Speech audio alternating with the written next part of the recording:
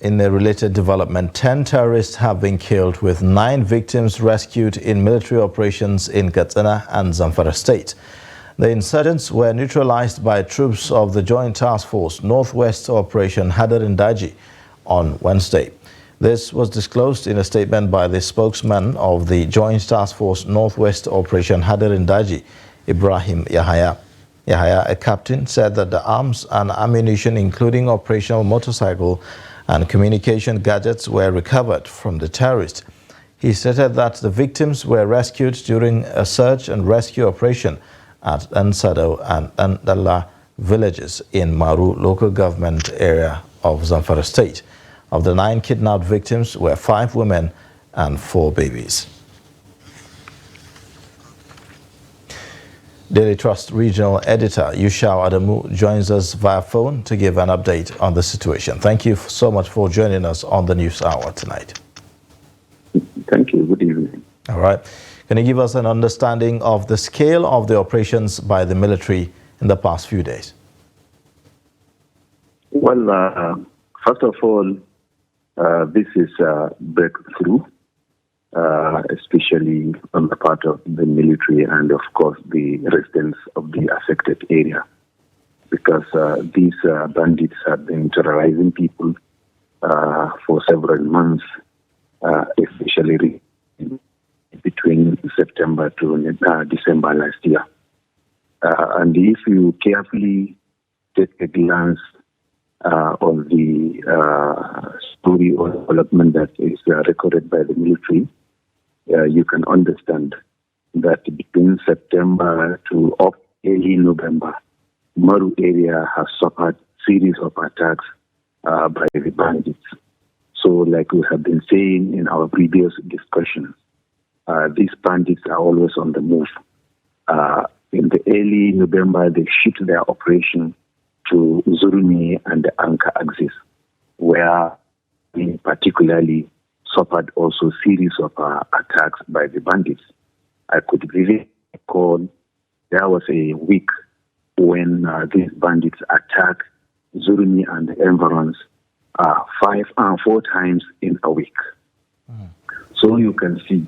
And from there, one of the terrorist leaders, Sanadan Remy, moved to Urugu Forest in Safana local government. So you can see the link.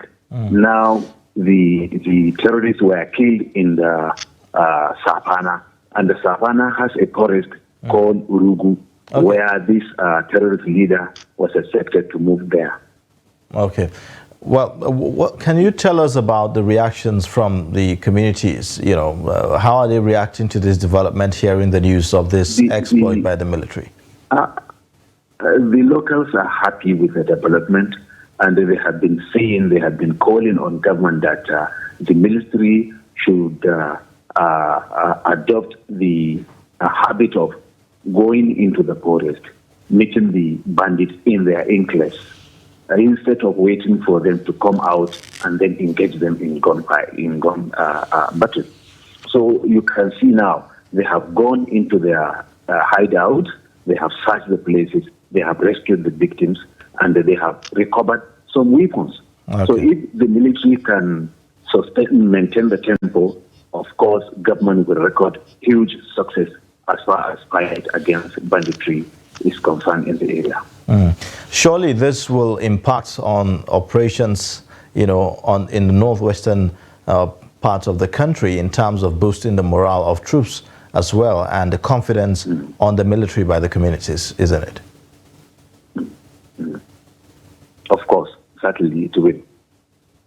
Okay, so what more do we know in terms of other plans by the military in terms of going after these terrorists? So, you know, this fight war against banditry is something that the military should not be expected to come out and tell the public that this is what we are planning, this is what we are going to do. Because the terrorists on their part are always planning. So it's something that they have to keep in their minds, and maybe we should expect more success if they can maintain the tempo. How are other security arrangements in the state complementing the efforts of the military in the state, talking about the police and even other paramilitary organizations and state security outfits that were created? They are really supporting the military, especially the police and the DSS. Like we all know, the DSS, they are domestic intelligence. They always provide their sister agency with tip-off and intelligence report about any incident that is happening around them. So the police also are doing their best because they are cooperating. Anytime we contacted the either CP or public relation officer, they always keep on telling us that they are always working hand in hand with the military. All right. Well, thank you so much. And also testify that. Okay. All right. Thank you so much, Yushau Adamu, Regional Editor, Northwest for Daily Trust. We appreciate you for joining us on the News Hour tonight and for the insight. Thank you so much.